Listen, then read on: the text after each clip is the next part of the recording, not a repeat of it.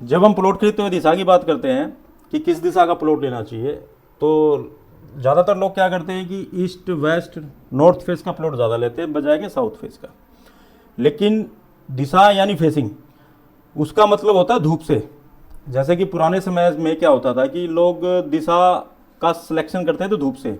जैसे कि एक एग्जाम्पल के तौर पर ईस्ट फेसिंग जो प्लॉट है उसमें सर्दियों में सुबह सुबह धूप आ जाती है, और इसकी बजाय जो वेस्ट फेसिंग प्लॉट है उसमें सर्दियों में धूप नहीं आएगी, और नॉर्थ फेसिंग प्लॉट में धूप कम आएगी। लेकिन इसका उल्टा साउथ फेसिंग प्लॉट में आप किसी भी घर के किसी भी कोने से आप देखोगे तो सूरज आपको दिखेगा ही दिखेगा। यानी आपको साउथ फेसिंग प्लॉट में घर में किसी न किसी कोने से आपको धूप आएगी ही आएगी, और वो ना तो ज़्यादा गर्म रहेगा ना ज़्यादा ठंडा रहेगा, यानी वो सही रहेगा।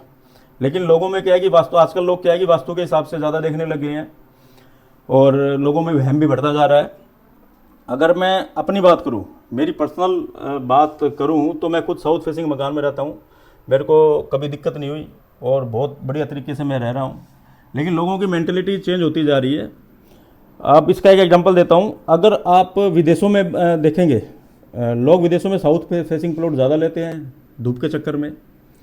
तो दोस्तों, अगर आपका समय सही है, आपका वक्त अच्छा चल रहा है, तो आप किसी भी फेसिंग का प्लॉट लो, आपको कोई फ़र्क नहीं पड़ेगा।